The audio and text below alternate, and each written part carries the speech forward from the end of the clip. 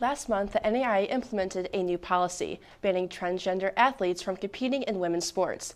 The decision has left an impact throughout collegiate athletics. And here at St. Ambrose, SAU Weekly's Nicole Negen has more.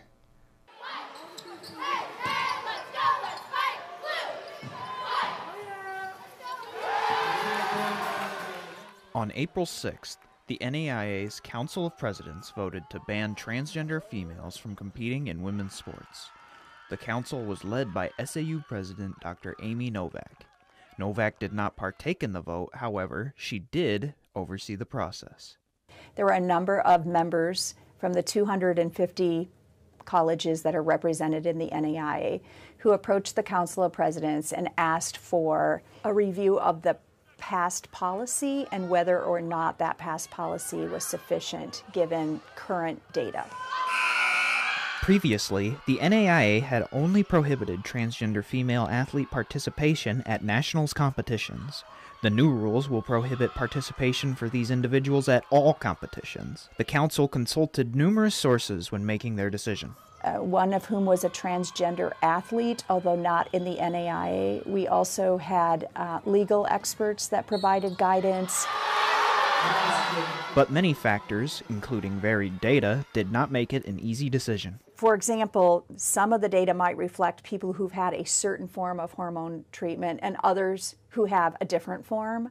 And so there's just not a lot of scientific data yet on the impact of varying hormone treatments on athlete performance.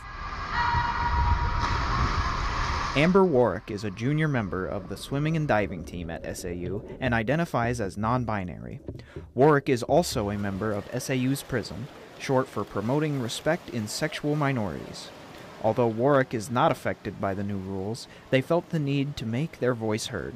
Everybody is biologically different. Everybody has innate advantages and disadvantages just from being born.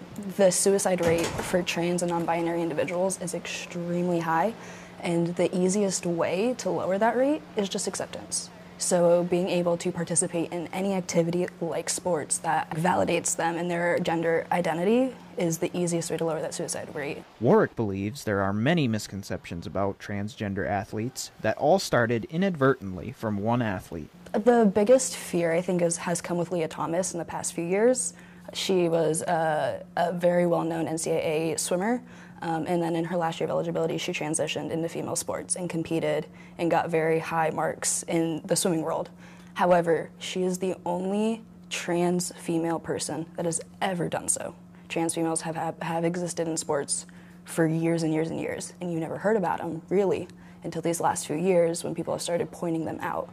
The Chicagoland Collegiate Athletic Conference released a statement saying the CCAC remains steadfast in its support of equitable treatment for all student athletes, promoting inclusivity while preserving the essence of competitive sports. President Novak shared this sentiment. I want to just sit down and have a conversation with them and really understand their perspective and perhaps help understand sort of how we reached the decision. I think these kinds of decisions are never easy. My intent is to try and be as communicative and transparent, and if they can help shape future policy, I think we need to continue to hear from their perspective. Here at St. Ambrose, incredibly respectful of the human dignity. I want to respect the human dignity of every single student, and I want to hear their concerns, and certainly those are concerns that we can continue to elevate to the Council of Presidents in the future if there's a desire or if we need to look at how do we change this or address some of the issues that they may bring to our attention. With SAU Weekly, I'm Cole Negen. Thanks, Cole. SAU Athletic Director Mike Holmes has confirmed that the NAIA will rely on athletes and universities to self-report and check athlete eligibility. The new rule will go into effect in August.